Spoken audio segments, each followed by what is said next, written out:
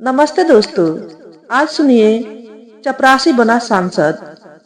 अब जहां ECL company का क्वार्टर है, पहले कभी यहां जंगल हुआ करता था।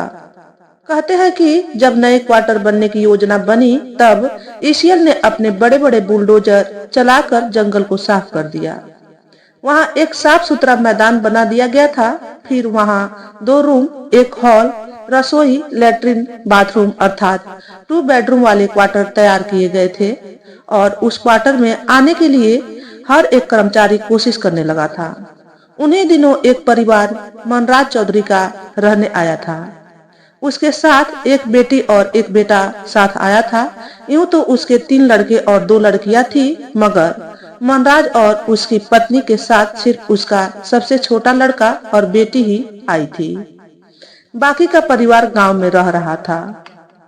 करीब सप्ताह भर बाद एक दिन मैं सुबह सुबह उठकर पढ़ने बैठ गया था।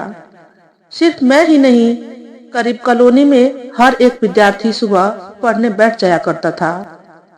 उन दिनों हम सब कॉलोनी के सब विद्यार्थी जोर जोर से चिल्ला चिल्ला कर पढ़ा करते थे। कोई एक आधा ही होगा जो मौन पढ़ता होगा। कॉलोनी में सबकी आवाज गूंजती रहती थी। उस दिन सुबह अचानक कानों में गाने की आवाज आने लगी थी। गाना किशोर कुमार का था। मेरे सामने वाली खिड़की में एक चांद का टुकड़ा रहता है।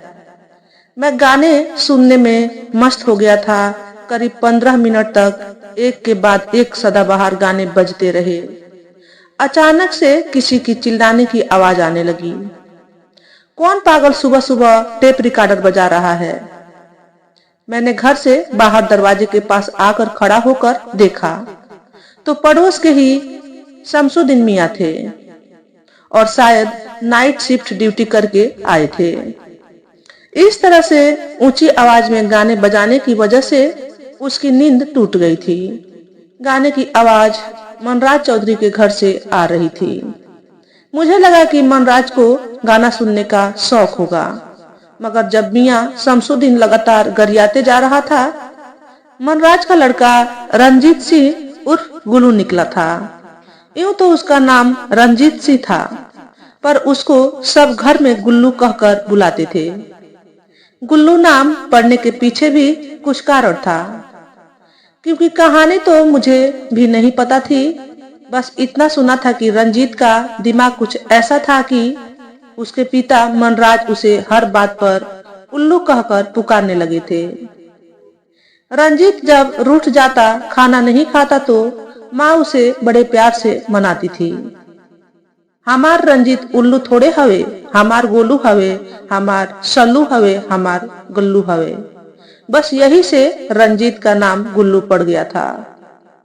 गुल्लू ने कच्छा पहन रखा था। कच्छे का नाड़ा जूते के फीते का था। बदन पूरा नंगा था। ऐसा लगा जैसे वह घर का काम कर रहा हो। हाँ, यह सच भी था कि गुल्लू घर का काम किया करता था। वह अपने माँ के साथ घर के बर्तन, झाड़ू, पोछा, कपड़े धोने तक के काम करवाया करता था। जब वह माँ को काम करते देखता तो माँ से कहता, माई तू कितना काम करेली, थक जात हुई।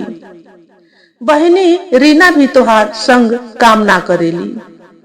बेटा, तोहार बहनी अभी छोट है ना, बड़ हो जाई तो अपने करे लागी। तो ठीक बा माई, जब ले बहनी छोटा बा, हम तुहार संग काम कराई। बस तब से गुल्लू माँ के हर काम में हाथ बटाने लगा था। गुल्लू ने शमसुद्दीन से कहा, जी क्या बात हो गई? इतनी आवाज करके गाने क्यों सुन रहे हो? जी ठीक है, आवाज कम कर देता हूँ।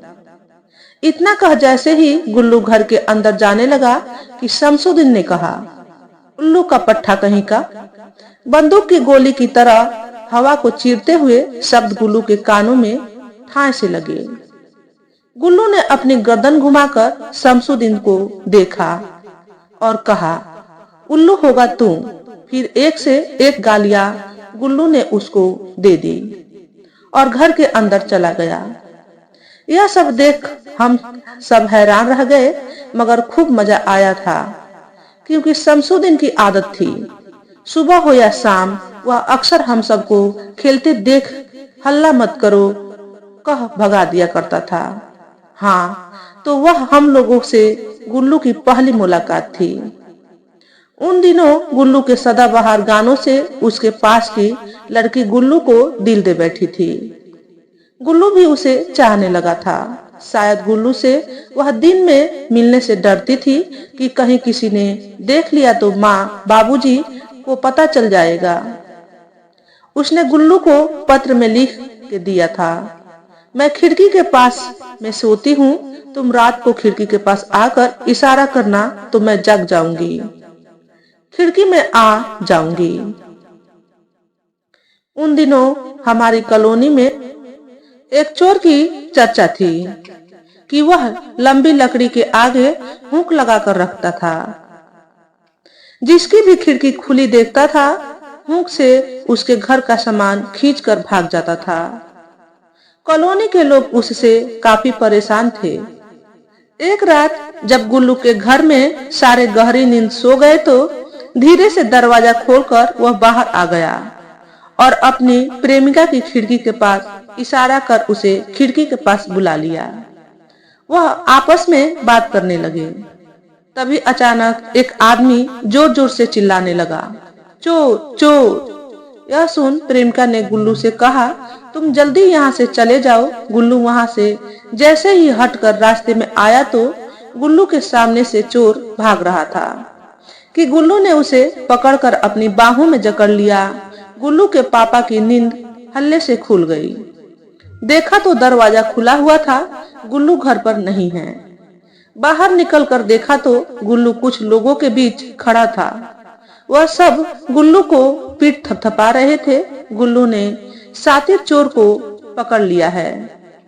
मनराज चौधरी की तो होश उड़ गए, इसलिए नहीं कि उसने चोर को पकड़ लिया, बल्कि इसलिए कि वह रात को बाहर क्या कर रहा था।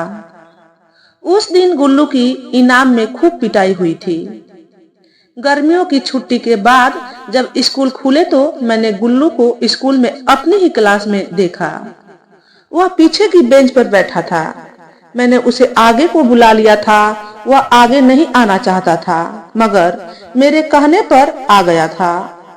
बाद में पता जो चला वह यह कि गुल्लू किसी दूसरे स्कूल में 5वीं में 3 साल फेल हो गया था। मनराज ने हमारे इस सरकारी स्कूल में पैसे देकर सीधा 8वीं में दाखिला करवा दिया था। क्लास में JNU सर आए थे, जिनकी एक अजीब आदत थी कि वह किताब से कुछ ना कुछ उटपटांग सवाल पूछ लेता था। उस दिन भी उसने पहला सवाल गुल्लू से ही किया था, बता कुत्ते कितने प्रकार के होते हैं। गुल्लू ने फट से जवाब दिया, सर कुत्ते 3 प्रकार के होते हैं। इतना कहने की देर थी कि पूरी क्लास में जोर का ठहाका लगा था। सर ने जोर से चिल्लाकर कहा, चुप। क्लास में एकाएक शांति पसर गई थी। ऐसा लग ही नहीं रहा था कि क्लास में अभी अभी जोर का ठहाका लगा हो। मास्टर साहब ने गुल्लू से कहा, कुत्ते की तीसरी प्रजाति तूने कहां से पैदा कर दी, जरा बताना। कुत्ते 3 प्रकार के कैसे हुए? सर, एक हुआ जंगली, दूसरा हुआ पालतू और तीसरा हुआ फालतू, जो गली नुक्कड़ में घूमते हैं। एक बार फिर जोर का ठहाका लगा था। मास्टर जी ने फिर से अपने तेवर से सबको चुप करा दिया था। दांत पीसते हुए गुल्लू पर डंडे बरसाने लगे थे। डंडे बरसाने के बाद उसने गुल्लू को उल्लू का पट्टा कहा था। मैं डर गया कि कहीं गुल्लू मास्टर जी को भी गाली ना दे बैठे। मन ही मन गुल्लू ने मास्टर जी की खूब माँ बहन एक की थी, मगर मैं उस दिन सोच रहा था कि गुल्लू अपनी जगह सही है। आखिर उसने प्रैक्टिकल देख जवाब दिया था। सही मायने में गुल्लू की वहां नजर जाती थी जहां इंसान सोचता नहीं है। मैंने देखा कुछ दिनों बाद JNU सर भी गुल्लू से खुश हो गए थे और गुल्लू की 3 कुत्तों वाली बात को सही ठहराने की कोशिश करने लगे थे। देखो, बाहर के गलियों में घूमने वाले कुत्ते जो होते हैं, इन्हें विदेशों में स्ट्रीट डॉग बोलते हैं। गुल्लू की बात ठीक ही थी, मगर कहने का तरीका गलत था। मुझे यह सब सुनकर अद्भुत लगा था। इस रहस्य को जानने की मुझ में प्रबल इच्छा जाग गई थी। चूंकि ठंड का समय था और हम सब टिफिन के समय अर्थात लंच के समय छत पर खाना खाने जाते थे। गुल्लू ने एक दिन मुझे कहा, यार चल आज हाफ डे चलते हैं। उस दिन मुझे एक जंगल के बीच मैदान में ले गया और एक हरी घास के मैदान में जाकर लेट गया। अपने बैग से मीठे बेर का अचार निकाल कर रख दिया। उस दिन खूब अच्छा लग रहा था। हल्की हल्की ठंड में सूर्य की रोशनी हमारे बदन को गर्म कर रही थी, जैसे माँ शिशु की मालिश कर रही हो। उस पर जब मीठे बेर के अचार को मुंह में लेते थे, अजब सुखद एहसास हो रहा था। मैंने गुल्लू से कहा, यार गजब का मजा आ रहा है। गुल्लू ने कहा, ठंड में दिन में खुले आसमान के नीचे लेटकर आसमान को देखकर सभी किताब कॉपी से दूर रहकर जो मजा है ना, वह और कहीं नहीं मेरे दोस्त। और गर्मियों में रात में छत पर लेटकर आसमान के तारे देखकर सोने में मजा है। इसलिए तो यहाँ आया हूँ, नहीं तो अभी चार दीवारी के अंदर इन पागल टीचरों के चेहरा देखकर पक रहे होते। सही तो यह था, गुल्लू के चेहरे पर भविष्य को लेकर कोई चिंता कभी नहीं रहती थी। एक दिन इसी तरह हम धूप में बैठकर बेर का अचार खा रहे थे। मैंने पूछा, क्या तुम्हें अपने भविष्य को लेकर कोई चिंता नहीं होती? वह हंसा, हा हा हा, यार तुम्हारे होते हुए मुझे क्या चिंता है। वह कैसे? क्योंकि यार जब तुम पढ़ लिख कर बड़े ऑफिसर बनोगे तो तुम मुझे अपना चपरासी रख लेना। फिर न जाने उसने यह बात मुझसे कितनी बार कही थी, मगर गुल्लू की यह बात सुनकर मैं मन ही मन उसे उल्लू ही समझता था। मैं कहता, चपरासी बनने के लिए भी कम से कम 8वीं पास होना पड़ता है। खैर, मेरे अंदर जो एक रहस्य छिपा था वह 10वीं के रिजल्ट आने के बाद खुला था। दरअसल गुल्लू 10वीं में बड़े खराब नंबरों से फेल हो गया था, अर्थात वह प्रत्येक विषय में फेल हो गया था। मगर गुल्लू के 9वीं तक तो इस तरह के नंबर नहीं आए थे। मैं गुल्लू से एक दिन पूछा, यार रंजीत तो वो 9वीं तक तो ठीक ठाक पास हो गया, मगर यह क्या 10वीं में तू सारे विषयों में फेल हो गया? गुल्लू दुखी होने की बजाय जोर जोर से हंसा। वह तो मेरी खट्टी दही और बबल गम का कमाल था। दरअसल गुल्लू ने मुझे जो बताया वह यह था कि वह जेएनयू सर के पास ट्यूशन पढ़ने लगा था। चूंकि जेएनयू सर को डायबिटीज थी, इस वजह से गुल्लू उन्हें हर रोज दही दिया करता था, जिससे वह बहुत खुश हो गया था। गुल्लू हमेशा स्कूल से आने के बाद रात 8 से 9 साइकिल लेकर जेएनयू सर के घर ट्यूशन पढ़ने जाया करता था। उस समय हम सब घर पर पढ़ा करते थे, इस वजह से हमें यह बात पता नहीं चली थी। उसने ही मुझे बताया था कि बीएचयू सर को बचपन में बबल गम खाने की आदत थी, मगर उसके बाबूजी कभी उसे पैसे नहीं देते थे। बस फिर क्या था, गुल्लू ने एक दिन जो कि टीचर डे का दिन था, बीएचयू सर को एक कलम के साथ बड़ा पैकेट बबल गम का खरीद कर दे दिया था और यह क्रम चलता रहा लगातार कम से कम 9वीं पास होने तक। लेकिन सही मायने में दोनों सर यह अच्छी तरह जानते थे कि गुल्लू पढ़ने लिखने में एकदम गड्ढा है, इसलिए उसे हमेशा अच्छी तरह पढ़ने के लिए कहते थे। बोर्ड की परीक्षा का पेपर उनके हाथों में नहीं था, इसलिए वह फेल हो गया था। उस दिन मुझे समझ में आया था क्यों गुल्लू मुझे यह कहता था कि तुम मुझे अपना चपरासी रख लेना। उसके बाद गुल्लू लगातार फेल होता गया। हम सब क्लास दर क्लास ऊपर उठते गए। अंततः गुल्लू ने पढ़ाई छोड़ दी थी। चूंकि गुल्लू को गाने सुनने का शौक था, इसी शौक ने उसे टेप रिकॉर्डर की मरम्मत करने का मिस्त्री भी बना दिया था। सो वह धीरे धीरे बिजली मिस्त्री बन गया और कई लोग अपने टेप रिकॉर्डर उसे सही कराने लगे थे। यह वह समय था जब लोगों के पास मोबाइल डीवीडी नहीं हुआ करता था। एक दिन गुल्लू शायद टेप रिकॉर्डर का सामान लेकर बाजार से वापस आ रहा था। रास्ते में उसने देखा कि एक घर धू धू करके जल रहा था। अंदर से बच्चे और स्त्री की रोने की आवाज आ रही थी। आसपास सभी खड़े तमाशा देख रहे थे। गुल्लू ने आव देखा ना ताव अपनी साइकिल वहीं फेंक दी और किसी सुपरमैन की तरह उसने आग को चीरते हुए अंदर छलांग लगा दी। पलक झपकते ही वह वापस किसी को गोद में लिए छलांग लगाकर बाहर आ गया। उसे जमीन पर लेटा दोबारा अंदर घुस गया। लोग झट से बाहर लाए बच्चे को, जिसकी उम्र मात्र 7 साल की थी, को देखने लगे और चिल्लाने लगे, भाई डॉक्टर के पास इसे ले चलो। गुल्लू छलांग लगाकर दोबारा वापस आ गया। फिर किसी को गोद में उठाकर लाया और उसे जमीन पर लेटाकर एक बार फिर अंदर घुस गया। मगर इस बार गुल्लू नहीं निकला था। सब यही सोच रहे थे कि दोबारा गुल्लू वापस आएगा। करीब 15 मिनट तक गुल्लू नहीं निकला था। फायर दमकल आ गई। उसने आग को करीब 10 मिनट में बुझा लिया था। आग बुझने के बाद गुल्लू और एक स्त्री मृत अवस्था में मिली थी।